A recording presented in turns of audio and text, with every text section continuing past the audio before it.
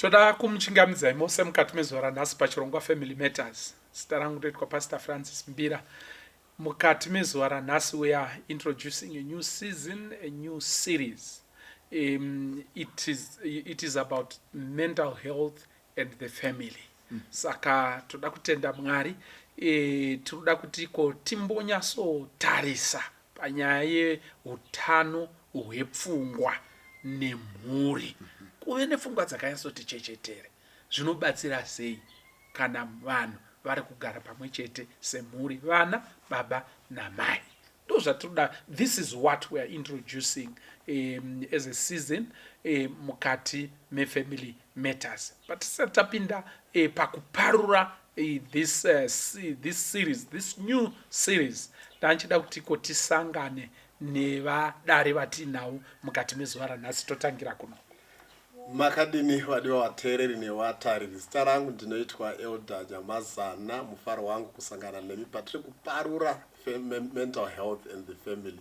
But signor ndoti ndingokwazise wani mutereri akandibata achiti anoteerera chirongwa ende vari kukomborwa nacho anonzi mukoma Laxon Mutandiro. Vari kutiona vari paSouth Africa apo vakati chirongwa chinotikomborera ende hadzi musamboregedze chirongwa ichi. Saka mukoma Laxon aitirwa zvakanaka, Mwari akuropafadze. There you are, mukoma Laxon. We toda kutenda nekuteerera kwamuri kuita. God bless you and God be with you. Yes, next. Mufaro wangu padare raSinyoro Nagono chitaura pamaringe nenyaya yepfungwa nemhuri. Ini ndinoitwa Margaret Mute. I'm a mental advocate. Thank you so much. Maita enyu Mai Mute. Yes, touya panapa.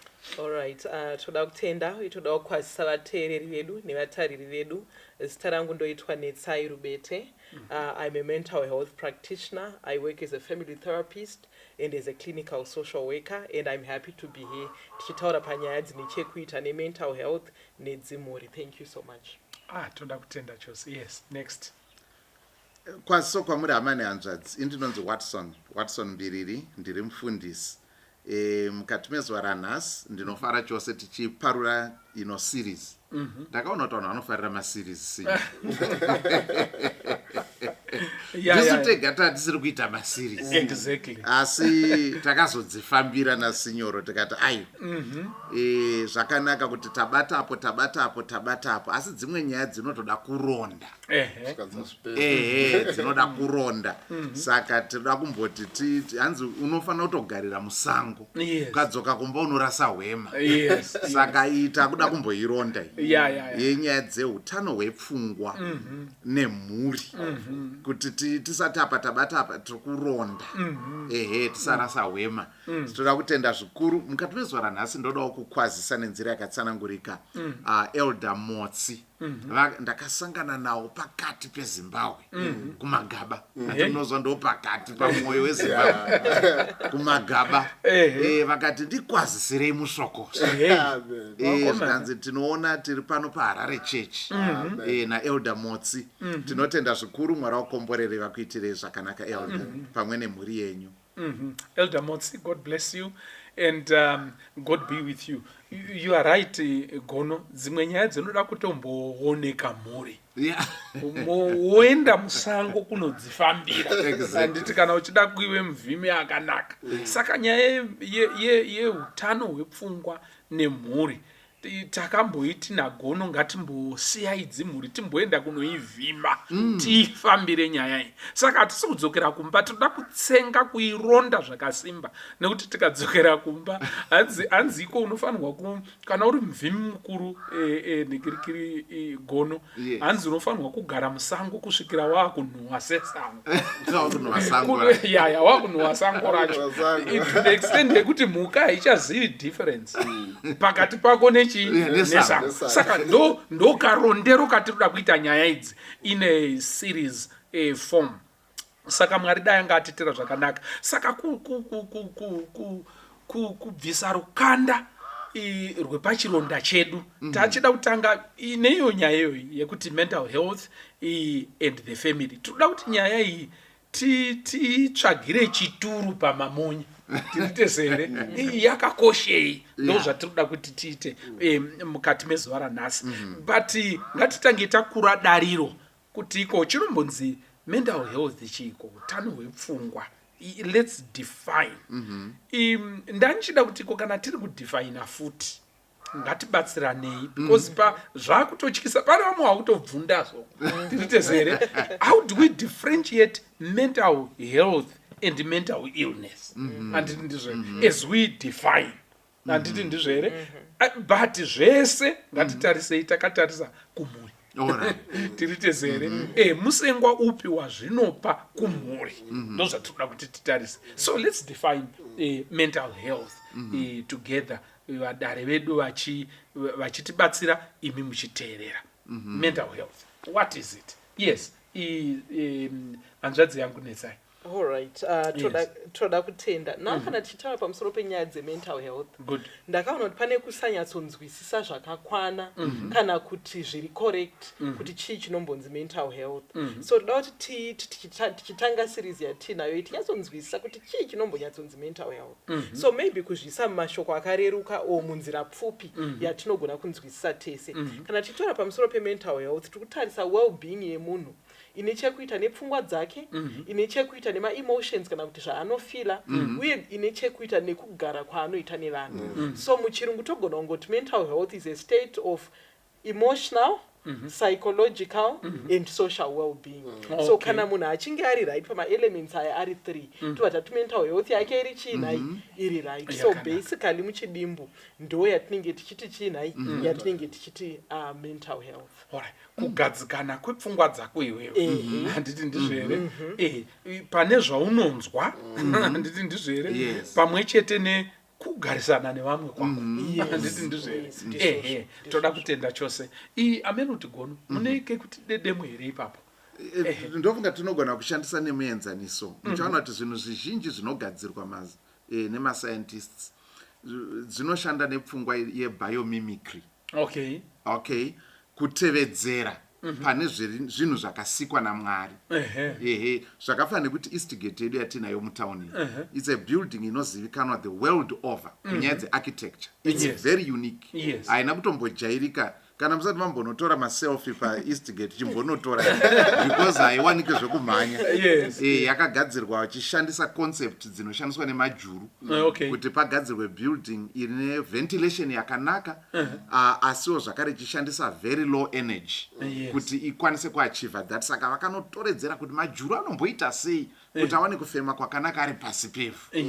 And so saka ndo concept dzakashandiswa pakudesignwa kwakaitwa. Saka inotozikanwa pasi rese kunzi kune building yakadai in this world iri paEastgate inova Eastgate. Saka muchaona kuti pfungwa makombiyuta anoita sekutoredzera pamagadzirirwo atakaitwa, masikirwo atakaitwa. Tine hardware, tine software.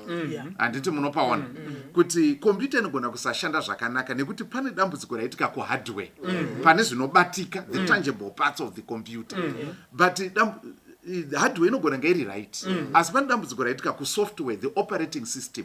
Pane zvakanganisika. Saka kana tiri kutaura nyaya yemental health tiri kutaura kushanda zvakanaka nekudyidzana kwakanaka kuri pakati pesoftware nehardware nekuintarakta kuri kuita kompyuta yedu nema-external devices nezviri kuitika zvakaipoteredza kudyidzana kwakanaka ikoko kwanzi zviri emotional orai kana takuya kwatiri sevanhu ma-emotions edu kuti ma-emotion angu ari kufamba zvakanaka then mafungiro angu ndiri kufunga nenzira yakanaka, handisi kufunga kuzvikuvadza kana kudini kana ndiri kufunga zvakanaka. Then kudyidzana kwandiri kuita nevamwe ndo ama-external devices kare. How am I interacting nevamwe? Handiti muri kupaona. Saka tiri kutaura pamusoro pechimiro cheutano hwakanaka hwekuti uri kuzvinzwa sei iwewe uri one rega, uri kumbonzwa sei pache zvako uri one, and then uri kunzwa sei wakakomberedzwa nevamwe, uri kudyidzana nevamwe sei, zvichibva zvapinda mumhuri. Nekuda kwokuti mumhuri haugari uri one, une vamwe, une varoora, une vakwasha, kune vana, kune mudzimai, kune vazukuru, tine vamwe. Saka nyaya yeutano hwepfungwa inobva yanoplaga directly mumhuri nekuda kwokuti ine chekuita nekudyidzana kwatiri kuita mukati memhuri sekugarisana kwatakaita. Thank you so much. Maita henyu. Yes. Hanzvadzi yangu. Saka tiri papa toona kuti chakakoshera pfungwa hapana utano pasina utano hwepfungwa. Okay. There is no health without mental health. Wow. Saka kuinteracta kwese kwandichaita inini pfungwa dzangu zvese zvinotangira mupfungwa. Ndo master computer yacho. Saka na pfungwa dzangu dzisiri right. Mainteracta andichaita inini wacho pachangu, inini nevamwe. Zviri kubva mupfungwa. Saka ndopatoda kuronda kuti kana pfungwa dzichinge dzarwadza kana dziri right dzinozoonekwa nemainteractor andinoita nevamwe. Ndopatinozoona kuti apa ndiri right here, apa handisi. Saka patiri kungoti mental health tiri kuti zvimwe zvese tinocheka kana ndine flu ndine masigns and symptoms. Saka na pfungwa dzangu dzichirwadza futi pane masigns and symptoms. Kana ndarwara ndinoenda kupi, ndobatsirwa sei kuti dzidzokedzane panzvimbo. Pane nyaya. I think nyatu asati wapinda vari kuburitsa pfungwa yakakosha zvikuru yekuti kazhinji kana titi ndiri right, ndiri fit, tiri kungorefera kuphysical ende ndiyo tinoti health, munhu ari fit. Muri kuona zvekuti saka vanhu vatema vanototarisa nedumbu kuti ndiye headmaster wacho kana muzvina chitoro vakaona dumbu vati aiwa munhu ari right. Muri kupaona. Saka tiri kuti isusu nyaya masikirwo atakaitwa anoshamisa, ane kudyidzana the physical part and then the mental, emotional, the social interactions and connection. Saka utano haupereri pakunzi munhu ari kuenda kujimu. Utano hunoenda zvakare pakuti pfungwa dzedu dziri kushanda zvakaita sei. Ndo pari kunzi hapana utano kana pasina utano hwechinyi hwepfungwa. Nekuti kana zvichinzi munhu ari healthy zviri kutoreva kuti zvese tikatarisa pamuviri wake, tikatarisa pfungwa, mashandiro ari kuita pfungwa nekudyidzana kwaari kuita nevamwe, zvese zvatariswa zvahwerengedzwa, aiwa ijechetere mvura yeguvi, ndo panozonzi munhu ari healthy. Asi kwete kungoti wedza munhu ari region aitodambura simbi but aiwa murwere. Are you getting that? Aitodambura simbi kudarika vari kutoti ndiri fit nhasi uno. Saka zvakakosha kuti tione kuti utano haungobata nyama chete, unobata zvakare chimiro chepfungwa dzedu. Saka zvakakosha kuti tizvibatanidze zvobva zvanobata chimiro chemhuri. Thank you. Nyati. Muruda kukuma. Ndapota hangu. Iriwambira rakati kure izvi. Yes. Nemaka yekuti uchana kuti now African context vambotava naanagono nawo ye-mental health hatinyanyisi kuipa place yayo. But muchana takatarisa pamhuri kuti munhu anzi munhu hunhu. Handiti? Ende uchana kuti munhu anzi hunhu ipfungwa. Kuti munhu adza ane hunhu kana ipfungwa. Saka muchana kuti kana pfungwa zvatovhiringika then but unozati pamwe pacho mangu machallenges atiri kusangana nawo mukati memafamilies inotori nayo kuti mental health yanomera zvakanaka. Saka I think mental health for me, munhu achisikwa naMwari pane zvaanotarisirwa kuti aite. Kana vari baba vane zvavanotarisirwa kuti waite mukati memhuri yavo, masocial interactions. Kana ari mwana ane zvavanotarisirwa kuti aite mukati memhuri yake. Saka pamwe pacho munogona kutoona kuti baba wangu achimboita something but all of a sudden pangoitika sudden change. Sometimes you need to get worried because pfungwa dzogona dzati dzavhiringa. Saka tiri kuti isusu chinhu chinonzi mental health kurwara kwaitika mupfungwa zvekuti zvinhu zvaanofanira kuita munhu achifunctiona zvakanaka haachagoni kuzvita. Pamwe pacho muri kuita problem yekuti mautoti mweya yatsvina yasimuka motomhanya moita sese but pamwe pacho hapasomboda munamato pada kungoti munhu adi agarwe naye pasi apo counseling. Saka mental health for me is the inability to function well according to my expectations, maybe a society, a family and all those things. And I'm trying to mental health zvainoita inogona kukonzeresa kuti mukati memhuri mushaya kugadzikana.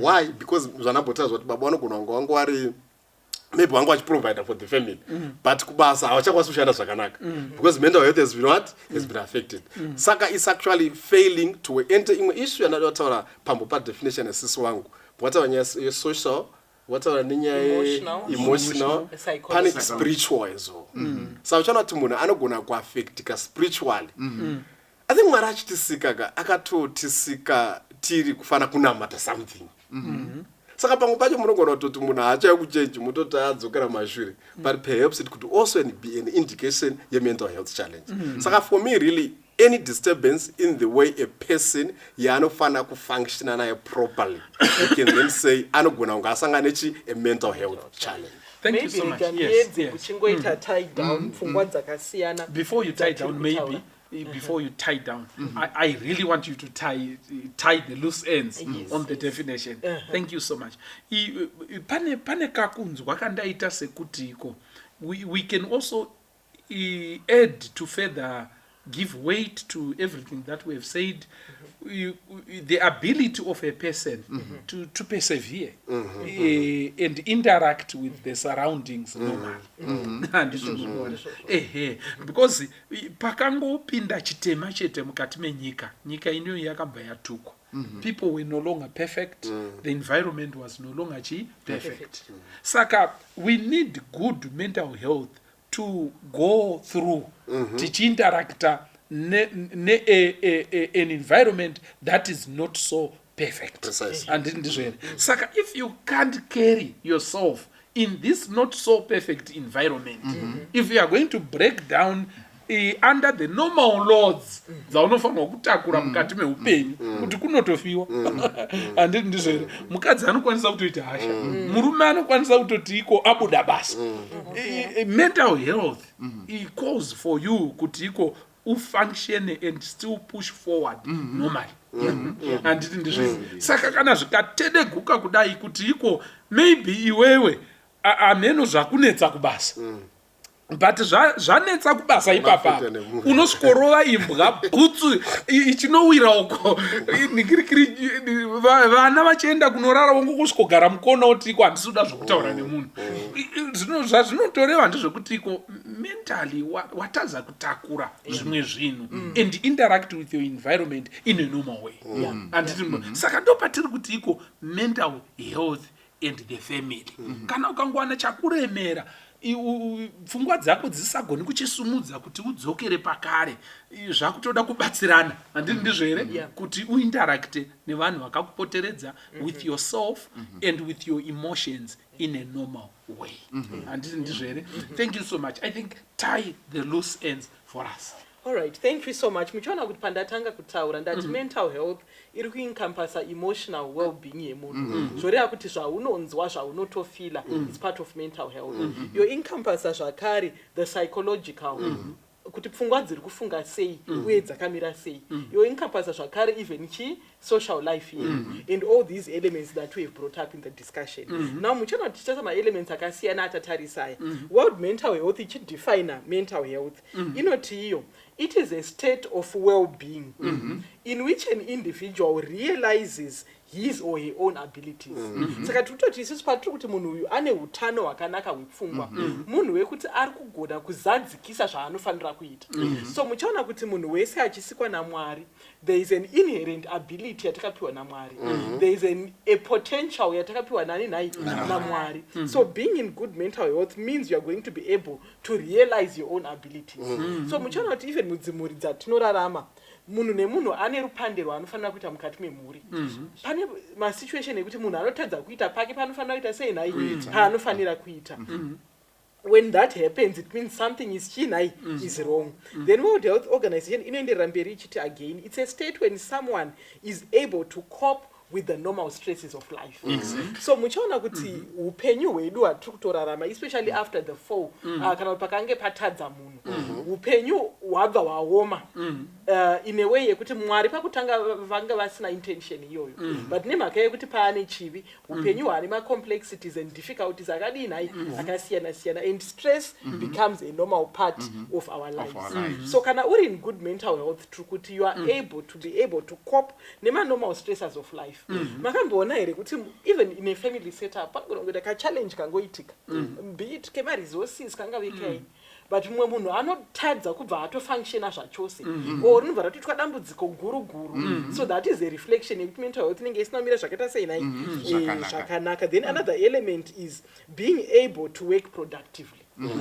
So kuna vamwe vanhu vekutoti taane machallenges akawanda even mukati medzimhuri yevanhu vasingadi kushanda chaivo yevanhu vasina any production yaanoita and any contribution yaanoita but tiri kuti when the mental health is good you are supposed to be able to work productively.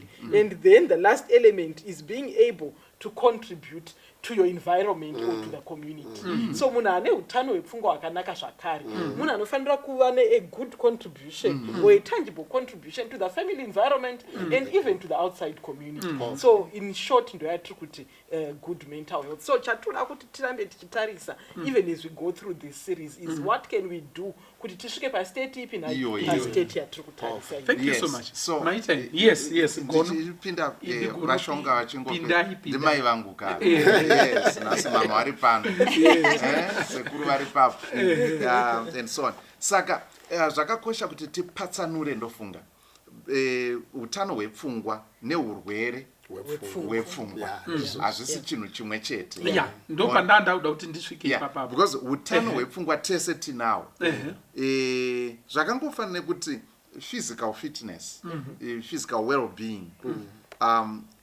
saka because dzimwe nguva pane katauriro katinoita kekuti tinongoti inenge yamentary you know mental case and kwatiri mental equals illness you know mukutaura kuti kwatinoita mumazupko kuti hai mental and so on and tinetatonzwanana yatopera diagnosis inenge yatotosi zvese zvatoitika ipapo murikuona. Saka zvakakosha kuti tinzwisise kuti hatifaniri kubva tazuzuma tikanzwa izvo rekuti mental totomira kure kuti papashata nekuda kwekuti tese tine utano hwepfungwa tinozosiyana bedzi kuti tiri kukwanisa here kuita cope nemastresses eupenyu nei zvimwe zvacho zvinogona zvotipinza muillness zvinhu zvatakasangana nazvo muupenyu zvakaitika kana zvisina kuitika zvaifanirwa kuitika dzimwe nguva muudiki dzimwe nguva and every zvakawanda kana kuti munhu aenda under a lot of pressure for an extended period of time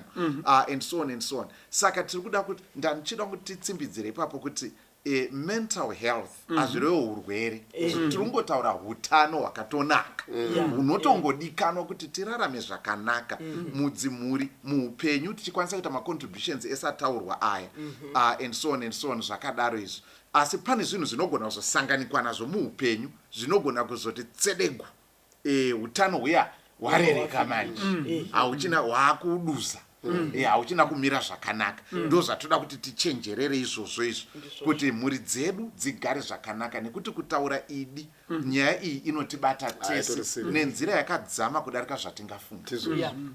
Thank you so much. Yes.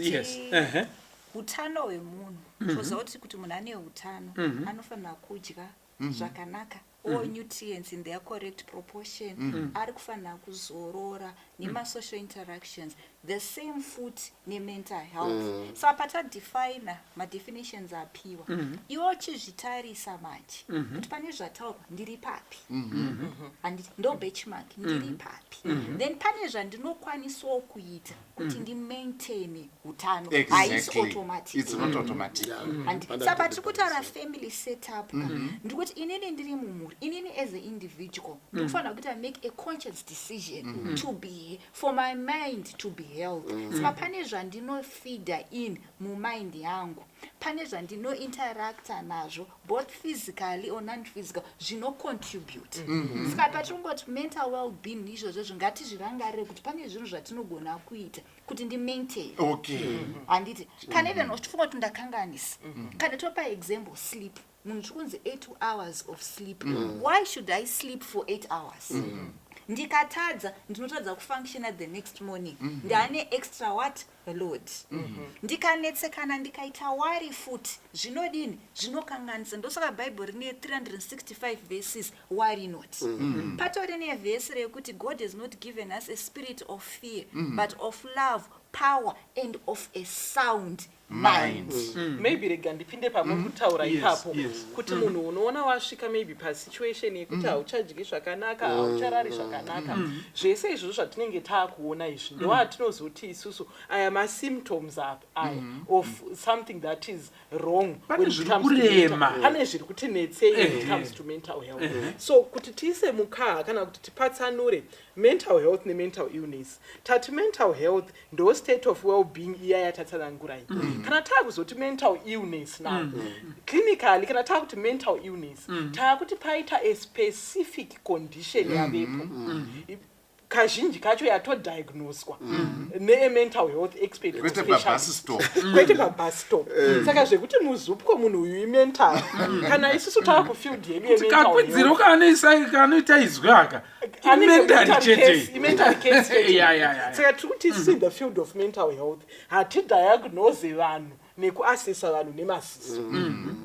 Kana taakuti mental illness condition iyi yatoitwa maybe assessment or diagnosis ne-a qualified mental health practitioner. Kazhinji tine ma-psychiatrists, ma-clinical psychologists, ma-clinical social workers and so on vari mental health field. So mental illness yakasiyana nekungoti mental health. Mental illness taakuti paita specific condition and condition iyi yawanirwa zita rayo and yawanirwa zita rayo again taakutarisa kuti inotreatwa sei nekusupportwa sei. So ndo inonzi mental illness iyo.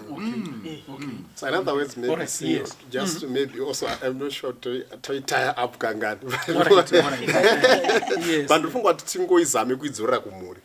Because ngomuna anofunga kuti sei tiri kutaura nezvayo. I'm not sure, but ndofunga kuti it's important kuti wateerere sekuti you cannot separate the well functioning of a family and the well functioning of the mind. Zvintu zvinofana kutofambirana izvozvo. Munoziva kuti ma-challenges mazhinji anoitika mukati medzimhuri. For example, munoziva kuti munhu kana asina proper mental health, for example, I'm the father, I may not be able to provide for my family. Because kubasa chaiko ka pfungwa hazikushanda zvakanaka. Maybe ma-deadlines handichamiti, saka mari chinenge vanogara GDP yemhuri inobva yatoaffectika.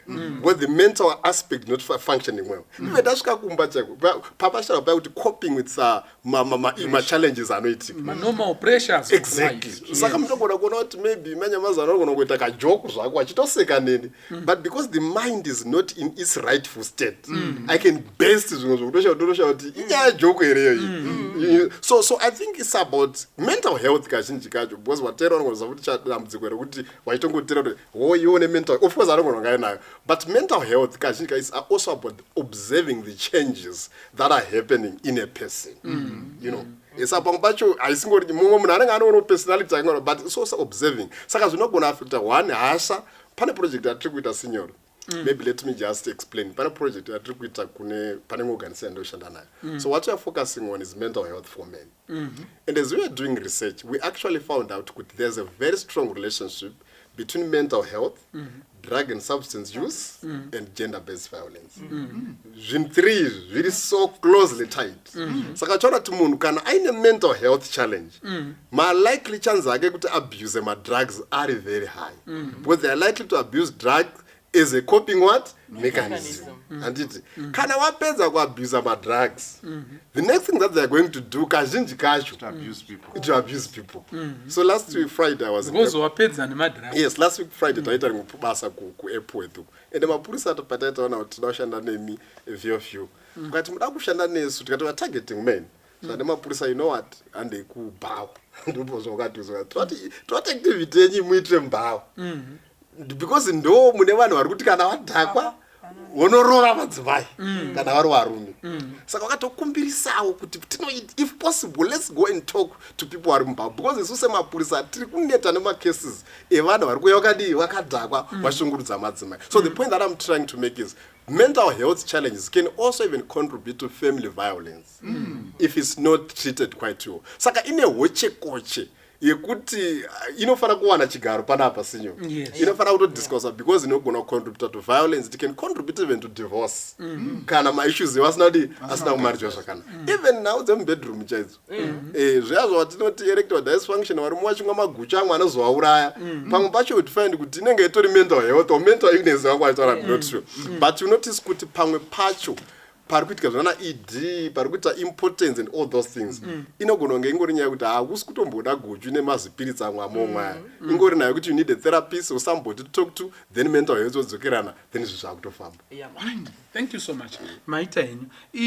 Saka nemamwe mazwi tiri kutiko utano hwepfungwa hwakatosiyana nekurwara nepfungwa, kurwara nepfungwa.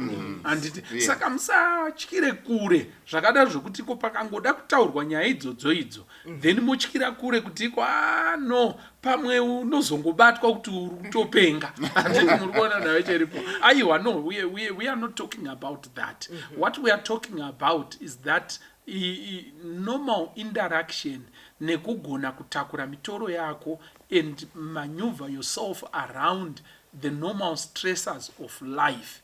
Zvinongoitika badzi kana utano hwepfungwa dzako hwakanaka. Ende kutoti utogarisana nevamwe nemudzimai nevana nehama zvakanaka zvinototakurwa nepfungwa dzakanaka dzakati chechetere. Ndokwatiri kunanga ukokoko. Saka Mwari dai angakukomborerai akuitirai zvakanaka. Why is it important for families to have a clear understanding of mental health and its impact? Zvakakosha sei kuti iko mhuri dzinyatsonzwisisa nyaya yeutano hwepfungwa nekuti iko kana husina kubatwa zvakanaka hunoafekta sei mhuri. Zvakakosha sei? Alright. Tichitarisa nyaya yekukosha kwemental health mudzimuri.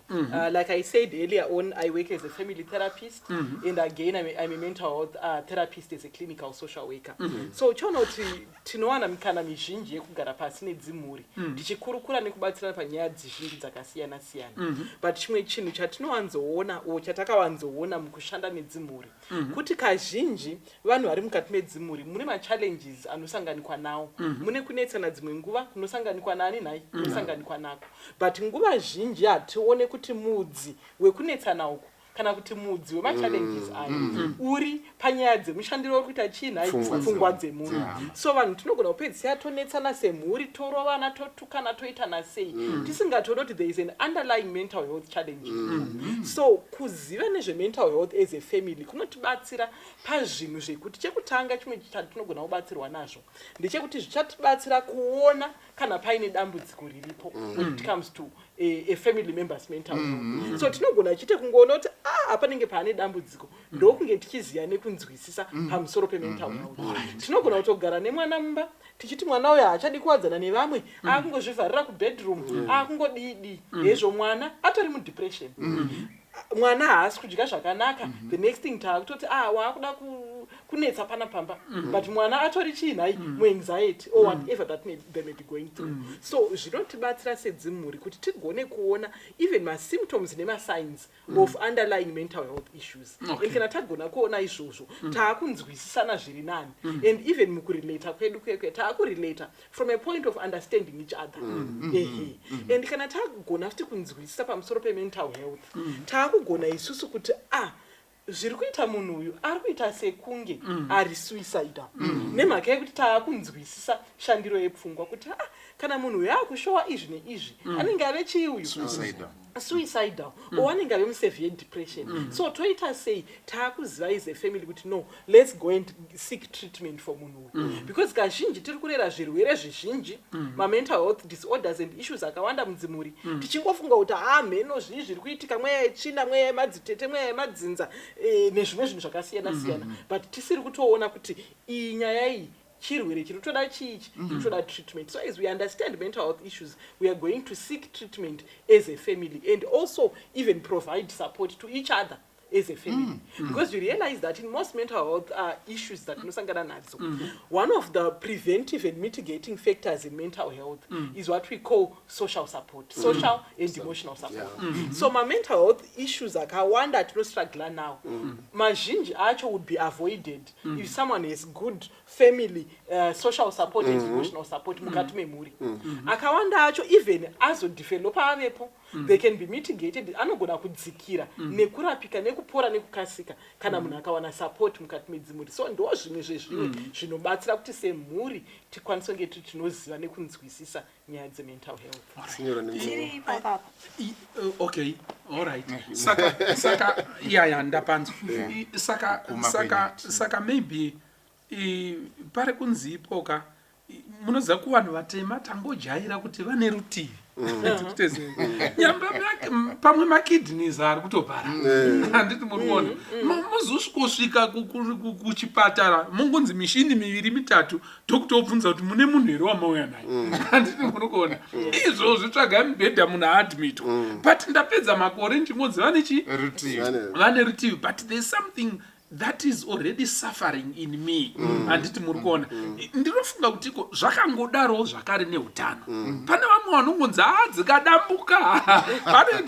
Tinotongogara nasekuru wakadaro zvichingonziko kana dzavo dzikadambuka hapana kunyepa. Handiti murikuona. Vanonzi batai wenyu wedu takamutadza. Handiti murikuona. Saka maconditions iwayaya kakurarama ikakaka. Vamwe kana vanhu vasagoni kurarama newe kana kukuudzawo paukanganisa, vanhu vakudedza matare natete okunjanja kuti ungoudzwa kunzigeza. Saka ipapapo patoo nechallenge ende zvinoenderana nekuti pfungwa dzako dziri kunyatsogona here kutakura zvakakupoteredza mukati mekurarama. Saka ngatipabate ipapapo tione kuti zvoita sei. Yes, mamati ipapo. Toda kupedza nyaya yokuziva. Kana akasvika kuchipatara vanovhunza kuti mumhuri menyu hapana here umwe akamborwara nechirwere ichi. Tiri kutaura nyaya yegenetics. Saka genetics also plays a part. Saka tinavo vanhu mudzimhuri vanotorwara nepfungwa, vamwe vari diagnosed, vamwe vasiri because hatisi kuziva. Saka mukaziva semhuri kuti kana kuri kwedu tikaita pressure nemastresses, mukana wedu probabilities 99.9 tinogona kurwara nedepression. Saka takuisa manje ari kutaurwa naNetsai masafeguards ekubatsirana. Then ndada kuti mental health inobata futi nevana. Inogona kutadza kumanifesta achiri mudiki, but zvinozomubata pamberi apo. So zvakaita zve-environment. Saka we need futi to be very aware zviri kuitika vana vedu vachiona. Because ungodza mwana hazvina kana basa. But zvine kuita nepfungwa manje hapana chisina basa. Chanokubata pamberi apo. Saka naakuchirapwa kuri kutaurwa uko nevananasazi vongo tinodzokera kumashure. Maigara sei? Makakura sei? Nekuti kana ndokunobatwa mudzi wacho havasi kuibatira pamasymptom atauya nawo. Saka ndoda funga kuti kurapwa kwepfungwa kwakasiyana futi nekurapwa kwenyama. Nyama kana takachekwa tiri kungoti wachekwa apa ngatitiona maibhandeji. Kwepfungwa varoda kutonzwisisa kuti saka zvakambogarepi nani zvakatanga seini takudzokera futi kupi kumashure. Saka patiri kuti mumhuri ngatione mumhuri dzedu ngatimbogarisisa tina tete vai handiti takazongovasiya but zvakubuda pane uyu handiti yato trend. Saka chirwere chikazopiwa diagnosis zvazomborehwa zveshe inogona itote vanhu vanobva kunana DRC kunohonde kune dzimwe nyika, machances ekuita post traumatic are high. They are always on the move. Hazoti ndiri kugara zviri permanent here. Saka iwo kutozoti okay ichi ndechangu ichi. Saka ukanzwa signs and symptoms wakukasika waziya kwekuenda wobatsirwa usati waita a psychotic episode. Saka muchaona sinyoro pavari kutaura apa pekuti kana vauya kwati tiri isusu vanoshanda nezvepfungwa dzevanhu tichatanga kutsvaka family history, tichatanga kutsvaka nyaya dzemaenvironment nei. So muchiona kuti ndo pamwe pari kupindura mubvunzo wamabvunza kuti zvakanakirei kuti mental health tiinzwisise as a family. It is because the family environment itself can either contribute to mental well-being or even contribute to a mental illness.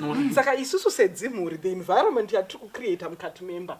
Do you know kuti vanhu vakawanda vanodiagnoswa nema-mental health conditions akasiyana-siyana dai taida kunyatsozvitsvaga zvakanaka-naka muchiona kuti mhosva hataipa munhu iyeye taidzoka kuzoipa mhuri because mhuri yakacreata an environment yanga iri toxic, yakacreata an environment yaipredisposa munhu you know to all of these challenges. So environment yatinocreata as a family yakakosha either pakukonzera ma-mental health issues kana kuti pakutobatsira kumarapa.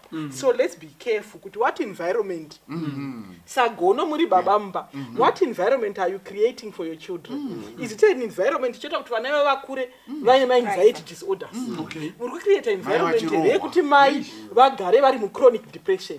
Uri kucreata environment yakaita sei? So ndo pamwe pakakoshera nyaya yemhuri ne-mental health. Then ivavo vasataita mai vakazvitakura mwana ari mudumbu handiti anogona kutorwara nechirwere chepfungwa later zvichienderana nestate yemental state yanga ina mai vakazvitakura. Saka ndosaka muchizoona paipa munozonzi nhumbi haisi maoko here muchingotaura muri kuaffecta not mai but matoaffecta nemwana ari mudumbu. That's true. That's very true. Kana maaffecta mwana maaffecta nevazukuru. Saka yageneration iri kuramba ichingodini ichingoenda ende tinenge takuzotanga kuzoti ndomwe yamadzinza ndomwe but tiri kudini ndizvokumusha kwavo. Inini dambudziko randaakuita manje kandiri kudai because pane vamwe vanhu matondifungidzisa vamwe vanhu vandakambogara navo pasi handiti muri kuona mai vachichema kuti ko murume uyu kumuona aburitsa dhora chairo ine handishande ndiri pano ndichiita zvinhu zvese but ndinotambura but murume uyu munhu ane mwoyo wakanaka kune vamwe vanhu vese maybe vandisingatozivi but he is so hard hearted when it comes to kungondibetserawo handiti muri kuona murume uyu akonwa ndobva andinyara inini manje tanyatsogara pasi ndikati nai chinyi nai munin'ina ndikaona misodzi do zvikanzi pasta chinhu chisingazikanwe ini ndakakura ndiri nhere and keeping and saving is critical. Ndaisevha sadza handiti muri kuona rekuzodya because I know what it is to be in want pasina anomira newe handiti muri kuona kudzimara tazoti saka tinganyevenudze sei.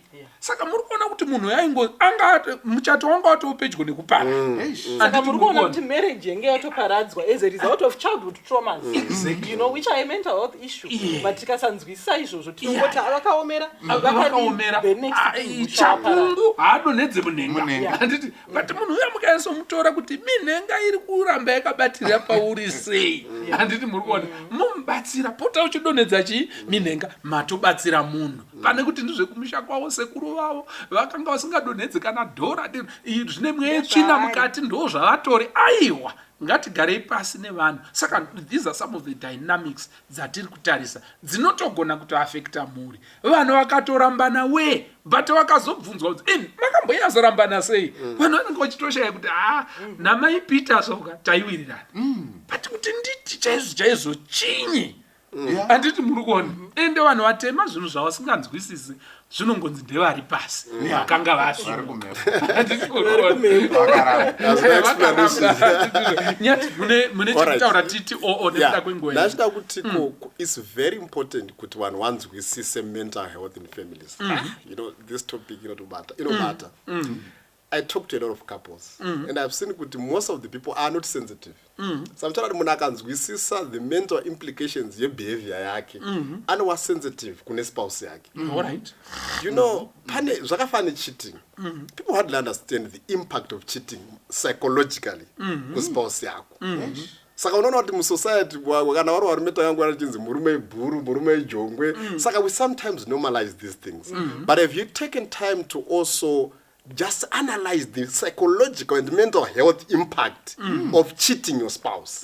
You know, I was reading this research era zoti mudzimai achitwa, for example, anofila mental pain yemwana afirwa nemwana. Kana kuti munhu afirwa nemubereki. You know, saka uchaona kuti kana vanhu vakanzwisa the impact of mental health, even their behaviors, they are modeling them, they are going to be sensitive. Kune vanhu vanogara chi nawo.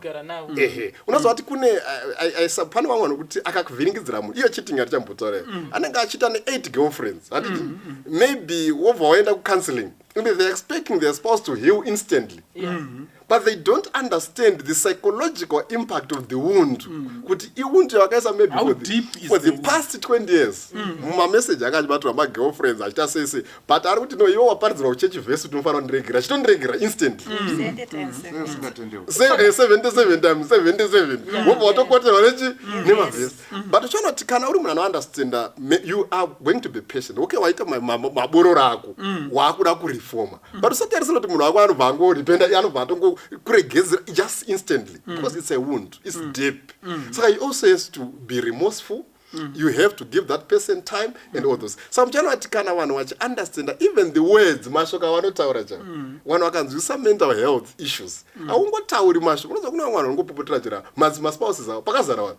But they don't know how that is affecting their esteem, how that is affecting their confidence and all those things. So chara munhu kana asina confidence, chero kutodiwa unozwa ndogachitaura mwana wangu vanhu kuti even the physical health affect kana mental health isiri kuti isifamba zvakanaka. Saka uchaona kuti kana uri kushungurudza madam, I always tell people kuti ukaisa kuda munhu wako cheko uchaona kuti mental health inobva yafamba zvakadi zvakanaka, physical health yofamba zvakadi. Pamwe pacho paunongonzwa munhu wako achiti musoro uri kutema, mudumbu muri kutema, ndiri kutadza kurara, makumbo ari kutema, ukangonzwa munhu achingotemwa nezvese. Anzadzi muchaona pamwe kutaura pekuti izvo panoita dambudziko rekuti munhu haasi kunzwira umwe wake, munhu maybe ari kuchita ari kuabuse umwe wake. Izvozvo tatozvitosa from a mental health perspective, it's a symptom of underlying challenges. Exactly. There are people mukati memafamilies who lack empathy, people who are not empathetic at all. That is actually even a sign of mental health issues. So muchaona patinotarisa even mental health issues. Avasi vanhu vanokumbirwa kuuraya huku here mumbava. Muchaona kuti kumental health patinotarisa nyaya dzemental health kune mamwe atinoti macluster B disorders kana mapersonality disorders. Muchaona kuti kune mamwe madisorders akafanana narcissism, munhu asingatonzwiri. Ndiye munhu uyo wamambotsanangura kuti anova munhu akanaka kunze kwese uku kuvanhu vese uku agonzi Elda munhu ari right, Elda munhu anofara, but vachingopinda mumba Elda vati totally different person. Elda munhu ari right, munhu ari right, vachingopinda mumba kuchita mudzimai throughout. So when we understand mental health issues, we are going to really see the underlying thing in most of these behaviors. It is because mental health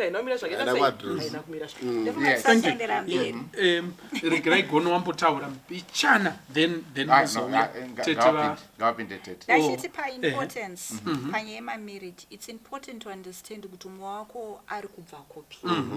Pane vakarezwa on love, then there are those that were raised on survival. Saka ukanzwisa kuti munhu wangu andiri kudanana naye, munhu wangu wandarorwa naye, amburi ani ari kubva kupi, yamataura yekudonenza munenga, that's raised on survival. And vanhu vari raised on survival atiterere too much kuma emotions. We don't nurse your emotional well-being. You need to be strong, you need to toughen up. Men don't cry. Anditi saka ndova ndeve kuti ukanzwisa kuti munhu wangu ari kubva kupi, saka patinozotaura nyaya yema-love languages yamunenge makupa counseling, ukanzwisisa munhu wako, you are then able to step up and help. And you then become, his weaknesses become your strengths. Saka zvinobva zvasolva mamwe ma-conflicts amunosangana nawo, because mamwe macho anozogona kuzomanifesta mamu marriage. Saka iwewe ndiwa the accountability partner, ndiwo wakutoona kuti apa paita problem, I think we need help. Pachiri kukasika. Saka paipe patiri kuita futi premarital counseling, it's important.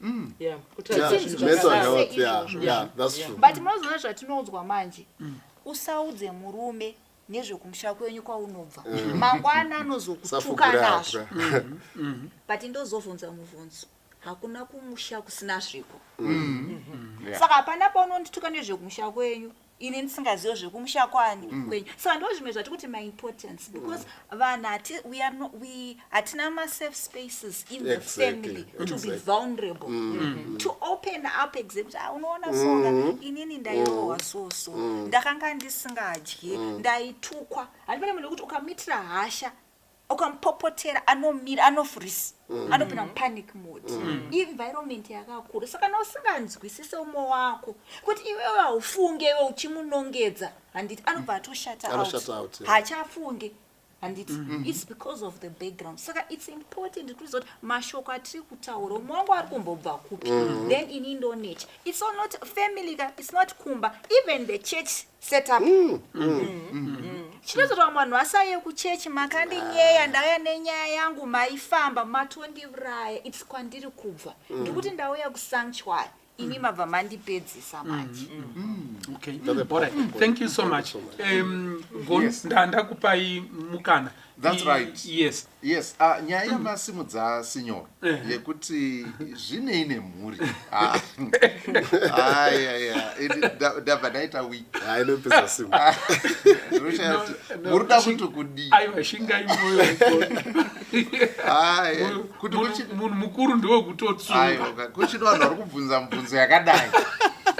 Munoona tinowanzokatanura munhu kubva kumhuri kana tapa nyaya dzeutano kana munhu akanzi aita chirwere cheshuga tongoti ndiye abatwa nacho isu tiri right kana munhu akanzi aita chirwere chemwoyo ndiye anacho isu tiri right but tisingaoni kuti dzimwe nguva maconditions atiinawo mumhuri and tinogona kupera tese one by one because maconditions acho isi tinongoti ndeuyu asi hatisi kuzotarisa manje zvetiri kurarama mararamiro atiri kuita nyaya iyi yeutano hwepfungwa ndo pane mhuri yacho ndo pane mhuri ndo pane mhuri yacho ipapo pakavhiringika hatigarisani muri kupaona saka muchaona kuti nyaya yeutano hwepfungwa inobata zvinhu zvakaita sekuti kutaurirana kwatinoita communication muri kuona ma-miscommunications ma-conflicts anogona kuitika kana paita urwere manje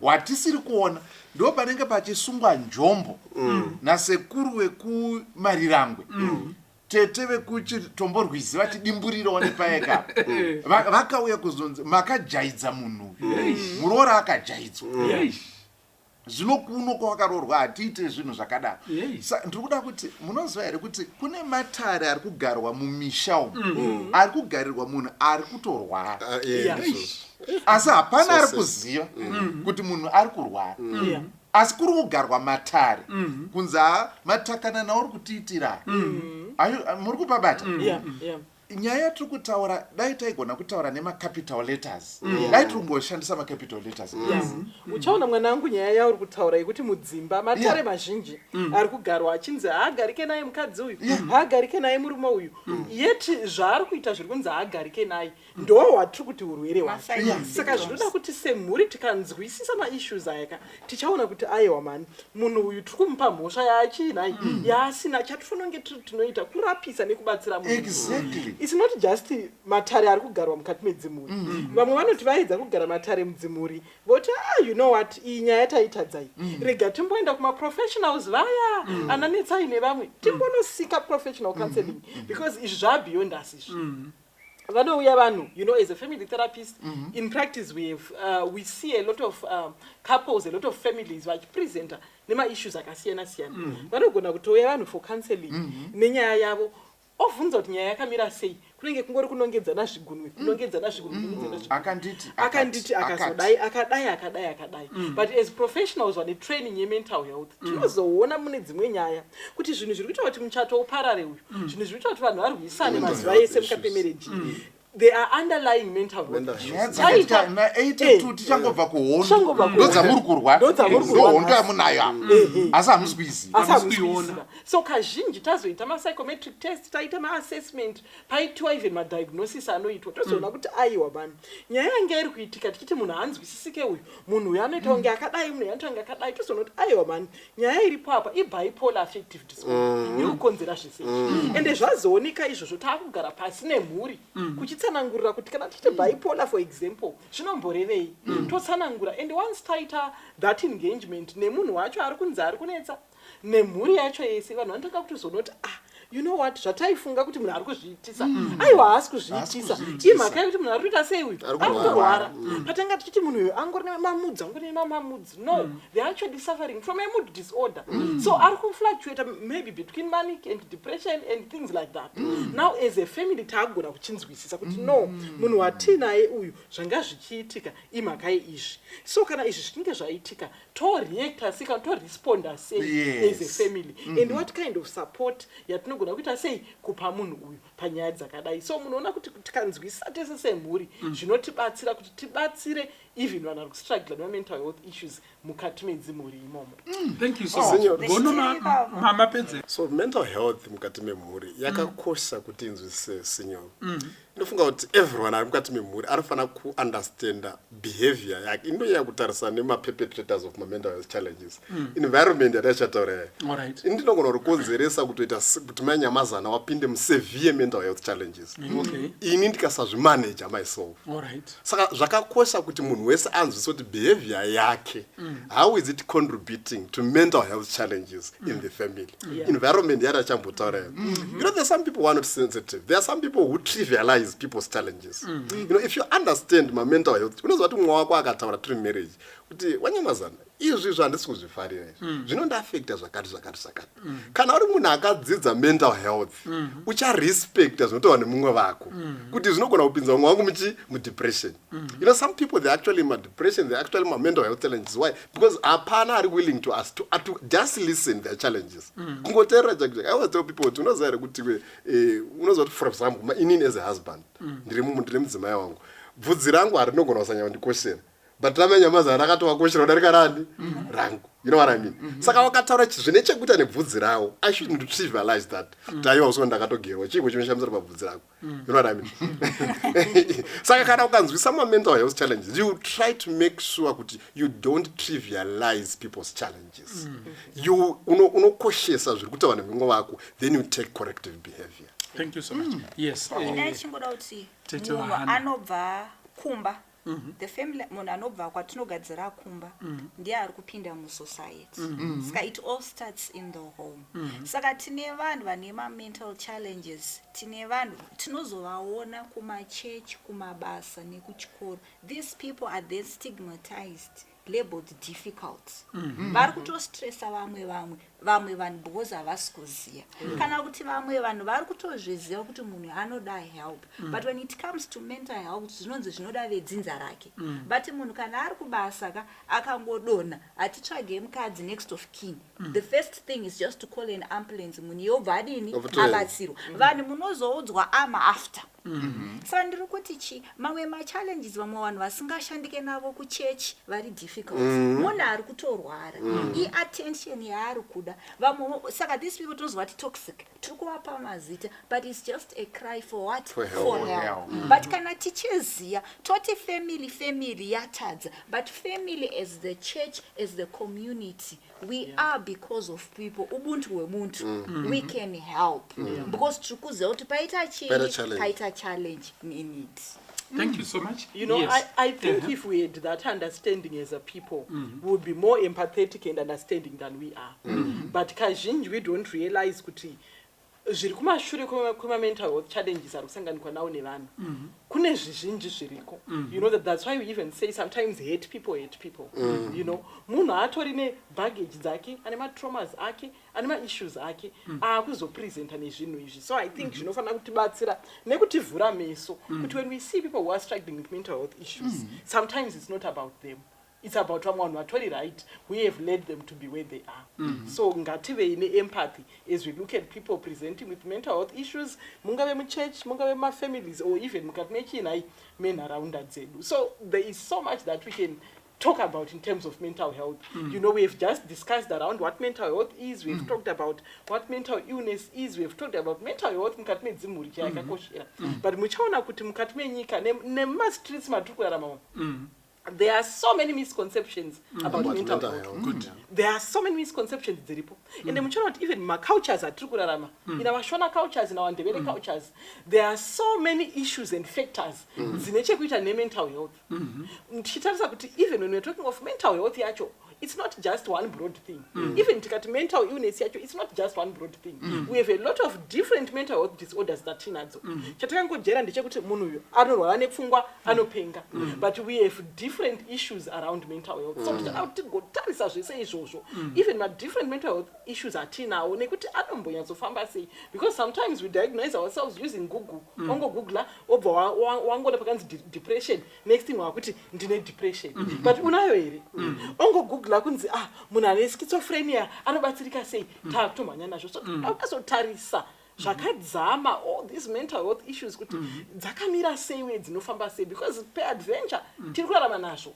Peadventure pana someone ari significant kwatiri anazvo. So ndeo zvinhu zvatoda kuti tarise muzvirongwa zvinoteera izvozvo. Tinotenda chose. So in other words, nhasi munoziva chishona chakanaka chine mashoko akanaka. Handii ndizvo. Hatisi kutaura kuti iko munhu akutopenga. Nyangwe tiine maconditions ekutoti shuwa watosvika pakadaro anogona kukonzerwa nekusatarisa nekusabatsirwa nguva ichiripo. Handii ndizvo here. That's mental illness. Handii ndizvo. But nhasi tataura nekakungoremerwa kanogona kuita pfungwa dzako to the extent yekuti you can't cope up with what is happening around you. Kana kuti the way you are now treating the people who are around you is somehow out of the normal. Ndo zvatataura nezvazvo mukati mezuva ranhasi, kakuremerwa kepfungwa dzako. You know what? Pane umwe mwana wandakagara naye somewhere, you know, anetsa pachikoro zvanzi uyu ndiwenyu uyu pastor. Nditi murikuona takuda kumudzinga tiri tesere, ndikati chimbomirai kumudzinga. Ndokugara naye pasi, mwana chii chiri kuitika, no vananhingi vanondivenga chakati zvinozodai zvichidai chirega kudaro. Tarisa unodzingwa chii chikoro? Pastor, ndikadzingwa chikoro I will die. I don't want to hear that. I'm going to stop this. Takazopinda mune imwe temu ndobva achipura hombe. Zvikazi pastor, haiwa chiuyai mwana wenyu momudzinga mega. Ndimakati tichimbomira disciplinary committee. Nganditi muri kuona. Saka ndokuchigara naye pasi kuti chanzi dziya dzekusadzingwa dzapera. Ndiri tezere. Toita sei? Ndokutaura naye tichimudedzana mai tichidai. Pakupedzisira akazoti pastor chirega niyaso kutaurira. Baba vangu kumba inini vakafirwa nemudzimai. But once in a while vanobuda vanoenda kutown, vonouya nevakadzi. Vakadzi vanoratidza kuti ndiwe mustrita. Kana vauya nemudzimai, imba yedu yakavakwa but pane pasina kupera, ichiri in the process, ine kuitwa finishing touches. Pane buri rinotarisa rinopinda mubedroom mavo. Saka we had some jostling and all that. Saka vanoya nemadzimai avo voita zvavanoita navo, but they strangle these women. He string anovadzipa, handiti muri kuona. Then they die. Oh yes. Then vanobva vaisa mubhuti remota, vobva vaenda pazichechi riri padhuze nesu. Kana vachibva ukoko vanouya netrangi ine ma-US dollars. This mwana akataura achichema achiremerwa. Handiti muri kuona. Saka muri kuona kuti iko saka haana kutaura kuti sekena ndiri kuita musikanzwa. Aiwa. Arikuti these are the things that I'm dealing with. Yes. And my father is an elder in the church. Handiti muri kuona. Saka munoona kuti zvinoitika kumba ende mwana uyo anganzi atsunyira ziso sekuru vanoita zvemaloni, azoita sei, azotuka nhingi, atuka ticha nhingi, and such issues ari kuwanikwa kumadhomo ewakomana manheru ari ega ari kusvikako. Saka toshai kuti chinyi until they say these issues. I contacted and I spoke to a lot of people around it and all that. And it unfortunately the person is late. And it but tirikutiko zvinoitika mukati memhuri zvobata vanhu. Imosha yekuti mwana aita misikanzwa kusvika apa. Why and for the how. The family environment iriko, if we don't understand each other and these mental issues, we can damage each other. In fact, the family has got the capacity to even kill a person. A person. Relationships can kill. There's no greater wound or a deeper wound than the wound caused by those people who are very close to you. Saka, this is why we are talking about these issues. Gono tipendere utinamati. Yes, tinotenda zvikuru. Saka ndofunga chimwe chezvinhu zvinokosha ndezvekuti zvakakosha kuva neruzivo pamusoro penyaya dzezveutano hwepfungwa. Nekuda kwekuti dzimwe nguva panogona kuzoita urwere hukatorerwa, munhu achinzi kuyema kana kuti chinyi, apa munhu urwere huchitokomba nekuda kwekuti hatisi kuzviziva kuti paita urwere hwakadai. Saka zvakakosha.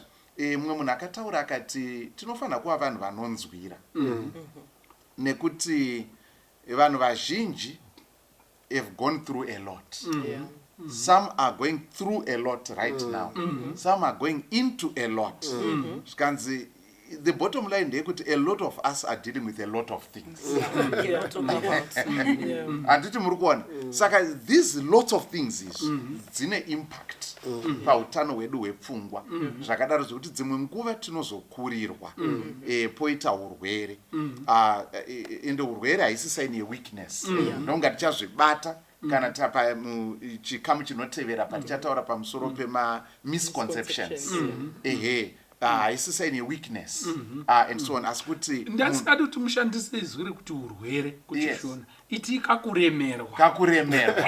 Alright. Kemupfungwa. Kekuremerwa kemupfungwa. Ndosaka makaitwa musvokoshi. Munenge muchidzi tinoda kutenda zvikuru kwazvo. Saka rega ndipedze panapa kuna Philippians chapter 4 verse 6 kusvika pana 7. Muchaona kuti bhaibheri rine zvakawanda zvarinotaura pamusoro penyaya dzeutano hwepfungwa. Asi nekuda kwokuti dzimwe nguva tinenge tichitarisa tisina ziso kana kuti pfungwa ine awareness, tinenge tisiri sensitive kuti riri kuti. Asi Mwari pakuunganidza shoko rawo vakatoadresa futi nyaya dzezveutano hwepfungwa. Muri kuona zvakafanira nekuti pana Philippians chapter 4 verse 6 na 7 inoti do not be anxious about anything. Kana pakanzi anxious vanoziva zveutano taakutaura anxiety issues. Atoma condition akutaurwa nezvawo and so on. Do not be anxious about anything, but in every situation by prayer and petition with thanksgiving present your request to God, and the peace of God, which transcends all understanding, will guard your hearts and your minds in Christ Jesus. Murikuona here kuti vhesi riri kubata nyaya dzeutano hwepfungwa. Dzimwe nguva utano hwepfungwa hwavhiringwa nerelocation yataita semhuri kuti taaku UK. Sababa ndiri kutadza kufita in this society and so on and so on. Pane mhuri dziri kutodhila nezvinhu zvakadai. Mwari vari kuti iwe chiziva kuti hausi mhuka yesango, uri gwai rine mufudzi, mufudzi akanaka. Hongu ndoziva kuti unosangana nezvakawanda nezvinorema, asi chizviturira kuna Jehovha kuti Mwari ndaremerwa, Mwari ndanetseka, apa ndagumirwa and so on. Zvikanzi ivo Mwari vachakupa rugare rwendangariro rusinganzwisiswi nepfungwa dzemunhu. uye vachachengeta pfungwa dzako muna Kristu Jesu. Dai Mwari vakatibatsira mumhuri dzedu nemasituations mukusiyana kwawo nezvinorema mukusiyana kwazvo, tizive kuti tina Mwari mutakuri wemitoro nenhamo dzedu. Thank you so much. Zita rangu ndoitwa Pastor Francis Mbira Musokosvi pachirongwa Family Matters. Powerful.